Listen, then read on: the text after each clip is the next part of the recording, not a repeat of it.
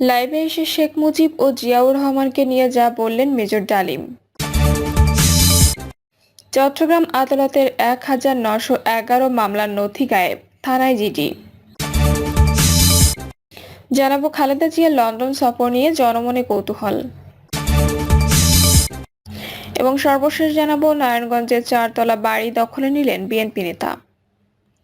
শুনছিলেন সংবাদ শিরোনাম, এবারে বিস্তারিত। লাইভে এসে শেখ মুজিব ও জিয়াউর রহমানকে নিয়ে যা বললেন মেজর ডালিম। দীর্ঘদিন আড়ালে থাকা মেজর ডালিম অবশেষে সামাজিক মাধ্যম ইউটিউবের লাইভে আসেন। সেখানে শেখ মুজিবুর রহমান ও শহীদ প্রেসিডেন্ট জিয়াউর রহমানের বিষয়ে কথা বলেন তিনি। রাতে লাইভে যুক্ত আছেন বীর মুক্তিযোদ্ধা মেজর ডালিম শিরোনামে এই লাইভে যুক্ত হন সাবেক এই সামরিক কর্মকর্তা। মেজর ডালিম বলেন, মুজিব মারা যায়নি, একটি সেনা অভ্যুত্থানে নিহত হয়েছেন। বাকশাল বিদায়ের পরে কোটি কোটি মানুষ রাস্তায় নেমে এসে শুকরিয়া আদায় করেছে। তিনি বলেন, শেখ মুজিব তার জুলুমের মাত্রা এতটাই তীব্র করেছিল, স্বৈরাচারী আচরণের মতো, যে তখন মানুষ রবের কাছে মুক্তি চাচ্ছিল তার জুলুমের অবসানের জন্য। মেজর ডালিম বলেন, তথাকথিত নেতারা যখন ভারত পালিয়ে গেল, ছিল না যখন কেউ নেতৃত্বে দেওয়ার সমঝোতা নিয়ে সবাই ব্যস্ত। পাকিস্তান বাহিনী যখন বাঙালির উপর হামলে পড়েছিল, তখন মেজর জিয়ার স্বাধীনতার ঘোষণা আসে। আমি তখন পাকিস্তান আর্মিতে। মেজর জিয়ার ঘোষণা শুনে মনে হলো আর বসে থাকার সময় নেই, আমরা তখনই পাকিস্তানের বিরুদ্ধে যুদ্ধে নেমে গেলাম। এই বীর বিক্রম বলেন, যখন 7 দফাতে চুক্তি করে নজরুল ইসলাম তাজউদ্দিনকে পারমিশন দেওয়া হলো একটা প্রভিশনাল গভর্নমেন্ট গঠন করার, 7টা ক্লজ পড়ে সাইন করার পর নজরুল ইসলাম ফিট হয়ে পড়ে গিয়েছিলেন যে আমরা ক্রমান্বয়ে ভারতের একটা কদর রাজ্য অঙ্গরাজ্যে পরিণত হব।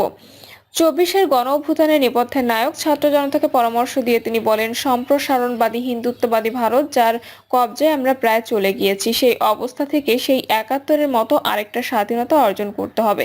তা না হলে বিপ্লব ব্যর্থতায় পর্যবসিত হবে। জাতীয় সঙ্গীত ইস্যুতে ডালিম বলেন, বাংলাদেশের জাতীয় সঙ্গীত রবীন্দ্রনাথ ঠাকুরের না হয়ে কাজী নজরুল ইসলাম বা অন্য স্বনামধন্য দেশীয় কবিদের গান হতে পারত। ভিনদেশী একজন কবির গানকে জাতীয় সঙ্গীত বানানোকে পৃথিবীর ইতিহাসে বিরল বলে মন্তব্য করেন তিনি। চট্টগ্রাম আদালতের ১,৯১১ মামলার নথি গায়েব, থানায় জিডি। চট্টগ্রাম আদালতে ১,৯১১টি মামলার নথি খোঁজ পাওয়া যাচ্ছে না। হত্যা, মাদক চোরাচালান, বিস্ফোরণ সহ বিভিন্ন মামলায় এসব নথি বিচারিক কাজের জন্য খুবই গুরুত্বপূর্ণ বলছেন আইনজীবীরা। নথি না থাকলে অপরাধ প্রমাণ করা কঠিন হয়ে যাবে। নথিগুলো খোঁজ না পাওয়ায় গতকাল নগরের কোতোয়ালি থানার সাধারণ ডায়েরি করেছেন চট্টগ্রাম মহানগর দায়রা জজ আদালতের সরকারি কৌঁসুলি মফিজুল হক ভূঁইয়া। জিডিতে উল্লেখ করা হয়, চট্টগ্রাম মহানগর পিপি কার্যালয়ে 28 থেকে 30টি আদালতের কেস ডকেট রক্ষিত ছিল। পিপি কার্যালয়ের জায়গা স্বল্পতার কারণে 2023 সালের 24 এপ্রিল থেকে পিপি কার্যালয়ের সামনের বারান্দায় প্লাস্টিকের বস্তায় ১,৯১১টি মামলার কেস ডকেট পলিথিনে মোড়ানো অবস্থায় রাখা ছিল। আদালতের অবকাশকালীন ছুটির সময় অফিস বন্ধ থাকায় গত 13 ডিসেম্বর থেকে 31 ডিসেম্বরের মধ্যে নথিগুলো হারিয়ে গেছে। অনেক খোঁজাখুঁজি করেও পাওয়া যায়নি। বিষয়টি থানায় ডায়েরিভুক্ত করে রাখার জন্য আবেদন করা হলে সরকারি কৌঁসুলি মফিজুল হক ভূঁইয়া গণমাধ্যমকে বলেন, কে বা কারা ১,৯১১ মামলার সিডি নিয়ে গেল বুঝতে পারছেন না। গুরুত্বপূর্ণ মামলার নথিগুলো এতদিন বারান্দায় কেন রাখা হয়েছিল প্রশ্নের উত্তরে তিনি বলেন, আমি কিছুদিন হলো দায়িত্ব নিয়েছি। নথিগুলো রাখার জন্য কক্ষ পাওয়া যাচ্ছে না। কক্ষ চাওয়া হয়েছিল, আমার কক্ষটি নদীতে ঠাসা হয়ে আছে। কোতোয়ালি থানা ভারপ্রাপ্ত কর্মকর্তা আব্দুল করিম গতকাল সন্ধ্যায় গণমাধ্যমকে বলেন, মহানগর পিপি কার্যালয়ের সামনে রাখা ১,৯১১ মামলার নথি হারানোর ঘটনায় করা জিডির বিষয়ে তদন্ত করছে পুলিশ। খালেদা জিয়ার লন্ডন সফর নিয়ে জনমনে কৌতূহল। উন্নত চিকিৎসার জন্য অবশেষে আগামীকাল 7 জানুয়ারি যুক্তরাজ্যের রাজধানী লন্ডন যাচ্ছেন বিএনপি চেয়ারপারসন খালেদা জিয়া।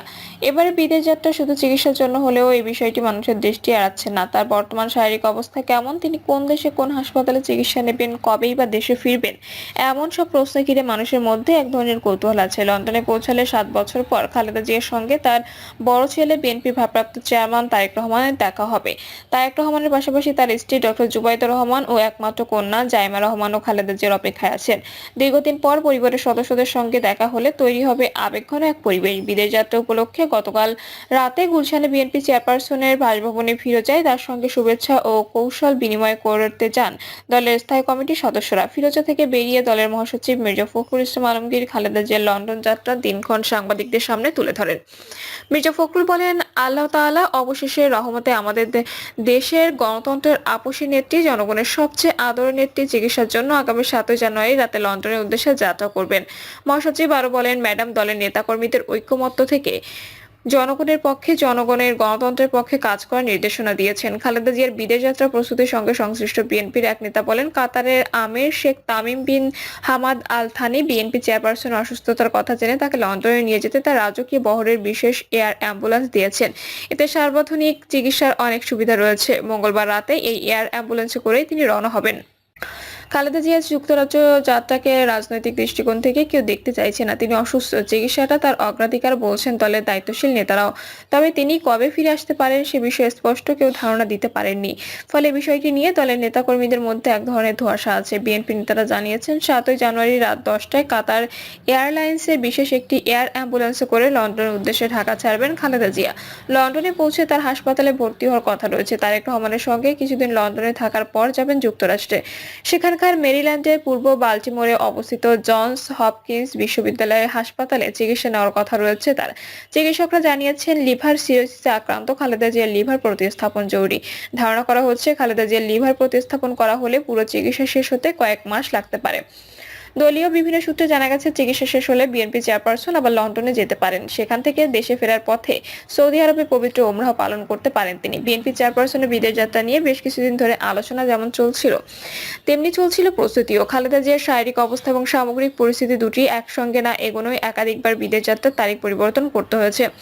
এছাড়া তার প্রতিনিধিদের কয়েকজন ভিসা সংক্রান্ত জটিলতায় ছিল। দলটির জাতীয় স্থায়ী কমিটির সদস্য ইকবাল হাসান মাহমুদ টুকু বলেন, বিএনপি চেয়ারপারসন চিকিৎসার জন্য যুক্তরাজ্য যাচ্ছিলেন। ক্ষমতাচ্যুত আওয়ামী লীগ সরকারের আমলে দুর্নীতি দমন কমিশনের 2 মামলায় সাজাপ্রাপ্ত হয়ে 2018 সালের 8 ফেব্রুয়ারি কারাগারে যান খালেদা জিয়া। পরবর্তী সময়ে 2020 সালের মার্চে তৎকালীন সরকারের নির্বাহী আদেশে শর্ত সাপেক্ষে সাময়িক মুক্তি পান তিনি। মূলত এই সাময়িক কারামুক্তির পর থেকে খালেদা জিয়া বিদেশে উন্নত চিকিৎসার জন্য তার পরিবার ও দল থেকে একাধিকবার দাবি জানানো হচ্ছিল। তবে প্রতিবারই শর্ত সাপেক্ষে সাময়িক মুক্তির কথা বলে তাকে বিদেশে চিকিৎসার অনুমতি দেয়নি সরকার। এদিকে সাময়িক কারামুক্তির পর থেকে খালেদা জিয়া গুলশানের বাসভবন ফিরোজায় থাকলেও এই সময় তাকে একাধিকবার জরুরি ভিত্তিতে বসুন্ধরা অবস্থিত এভারকেয়ার হাসপাতালে ভর্তি করা হয়। তার হার্টে রিং পরানো হয়েছে। লিভার সিরোসিসের চিকিৎসা যুক্তরাজ্য থেকে চিকিৎসক এনে টিপস করানো হচ্ছে, কিন্তু তারপরও তার বিদেশে চিকিৎসার দ্বার উন্মুক্ত হচ্ছিল না। ছাত্র জনতার অভ্যুত্থানে গত 5 আগস্ট শেখ হাসিনা সরকারের পতনের পর প্রতিবন্ধকতা শেষ করা হয়ে যায়। ফলে বিদেশে চিকিৎসার দ্বার উন্মুক্ত হয়ে থাকে। পরের দিন 6 আগস্ট খালেদা জিয়া মুক্তি পান। এর পরপরই তার বিদেশ যাত্রা নিয়ে প্রস্তুতি শুরু হয়। তিনি কোন দেশে যেতে পারেন তা নিয়ে খালেদা জিয়ার মেডিকেল বোর্ড ও পরিবার একাধিকবার বৈঠক করেছে। এর সময়ের মধ্যে খালেদা জিয়ার শারীরিক অবস্থা দীর্ঘ ভ্রমণের জন্য সায় দিচ্ছিল না। এমন অবস্থায় তার শারীরিক অবস্থা দীর্ঘ ভ্রমণের উপযোগী করে তুলে কিভাবে তাকে বিদেশে নেওয়া যায় এবং তার পাসপোর্ট জটিলতা নিরসনের ব্যাপারে উদ্যোগ নেওয়া হয়। এর মধ্যে খালেদা জিয়ার নতুন পাসপোর্ট করানো হয়েছে। তিনি যুক্তরাষ্ট্র, যুক্তরাজ্য, সৌদি আরবের ভিসা নিয়েছেন। খালেদা জিয়ার ব্যক্তিগত চিকিৎসক মোহাম্মদ আল মামুন বলেন, বিশেষ বিমানে তিনি এখন ভ্রমণ করতে পারবেন বলে মনে করছেন চিকিৎসকরা। সব দিক বিবেচনা করে খালেদা জিয়াকে এয়ার অ্যাম্বুলেন্সে করে বিদেশে নেওয়ার সিদ্ধান্ত হয়েছে। দলীয় সূত্রে জানা গেছে, খালেদা জিয়ার সঙ্গে 5-6 জন চিকিৎসক সহ 15 থেকে 16 সদস্যের একটি প্রতিনিধি দল যাবে। 2023 সালের অক্টোবরে যুক্তরাষ্ট্র থেকে আসা জনস হপকিন্স বিশ্ববিদ্যালয়ের 3 বিশেষজ্ঞ চিকিৎসকের তত্ত্বাবধানে খালেদা জিয়ার শরীরে সফল অস্ত্রোপচার করা হয়েছিল। পেটে পানি আসা ও রক্তক্ষরণ বন্ধে তার শরীরে ট্রান্সজুগুলার ইন্ট্রাহেপাটিক পোর্টোসিস্টেমিক শান্ট প্রতিস্থাপন করা হয়। পরে খালেদা জিয়ার মেডিকেল বোর্ড যুক্তরাষ্ট্রের জনস হপকিন্স বিশ্ববিদ্যালয় সেই হাসপাতালে লিভার প্রতিস্থাপন পরামর্শ দেয়। শারীরিক অবস্থা বিবেচনা করে শেষ পর্যন্ত খালেদা জিয়ার লিভার প্রতিস্থাপন করা হবে। যুক্তরাষ্ট্রের হাসপাতাল তা পর্যালোচনা করতে পারে।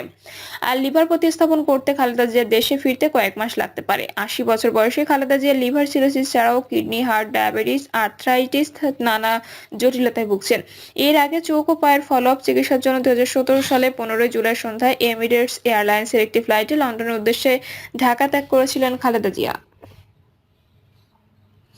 প্রিয় দর্শক, এই ছিল এখনকার সর্বশেষ সংবাদ। আপডেট সব সংবাদ পেতে চ্যানেলটি সাবস্ক্রাইব করে বেল আইকনটি ক্লিক করে রাখুন।